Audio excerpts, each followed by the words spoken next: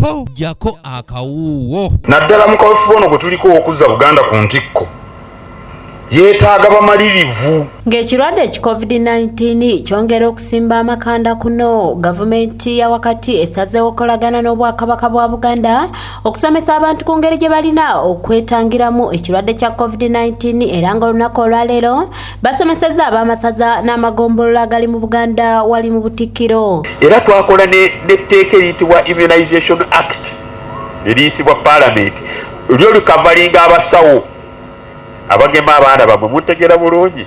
Eno vaccine ki mpya tetunaba kukolawo teeka kuba kati omuntu asobola okujja era ekibadde Bulaaya abo abaawayiza blood clot bagenda abamu nga badde n'ebirwadde kuba kati tugema abantu abalina olwedde endwadde zaabwe ezibakola ki ezibatawaanya. Akati oli ayinza okuba n'ekirwadde kye n'awaayiriza ki vaccine. Dr. Tabre Bachayita era asinzidde wano n'alaga nga kati empiso ey'okubiri we yavudde ku myezi 2 nga kati ezze ku 3 era ng'asabye abaami b'amasaza okwongera okwetangira ekirwadde kino. Okutegeeza ojja kutuuka olaba abantu bajja okusangawo ab'amawanga amalala Bayindi Bazungu be bajja ne bakola ki ne bafuna vaccine naye nga mwe mukyebuuza biki ebibuuzo kubanga n'ensi yonna yakkiriza kati nabo tebasobola kulinnya nnyonyi genda waabwe nga tebabakoze eki babagemye. Katikkiro wa Buganda Charles Peter Mayiga mu kwogera kwasoose kubuulira abaami b'amasaza n'amagombolola nga Ssaabasajja Kabaka nti gyali mulamu nga kati ali ku bujjanjabi naye ng'ali mu mbeera nnungi. Ssaabasajja Kabaka wa Buganda gyali mu lubiri alamula Obuganda.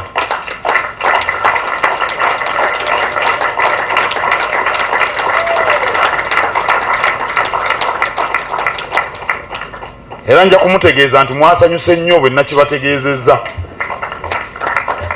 Era ensonga z'obulamu bw'Omutanda zikolwako na bukugu, zikwatiddwa na buvunaanyizibwa.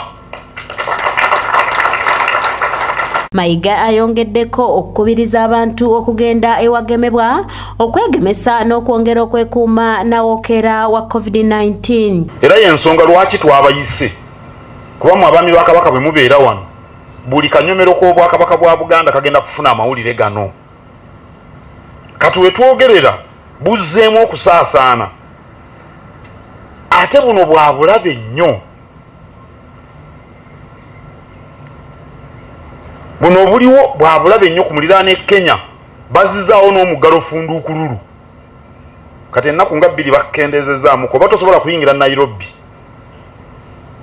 nga buli muntu waali okugjako abalina emirimu egy'enkizo ng'abasawo oba ab'ebyokwerinda. Mukuumaddamula asabye abantu okwongera okwewala ekirwadde kya mukenenya nga nakyo kikyattira ddala abantu. Akakookolo kakooya naye tulina okukambala nze nkajjeeko kubanga njogera mu mpulire naye mundi wala. Nga bwe mumanyi obulwadde buno kimanyiddwa nti bwayingira mu Uganda. Ow'omutima yambala akakookolo. Abaami ba Ssaabasajja okuva mu masaza ag'enjawulo babuuza ebibuuzo era ne baanukulwa ku bigambo ebitingana ku kirwadde ki COVID-19. Kisoza nti waliwo omwami n'omu bw'ati kabekkangaawo yennyini omulangira mulondo tayinza kubanga teyawulira bubaka Nnaabagereka bwe yawa Kabaka bwe yamuwa ku lunaku olw'okugema. Nze wano mundaba nze mukulu wammwe.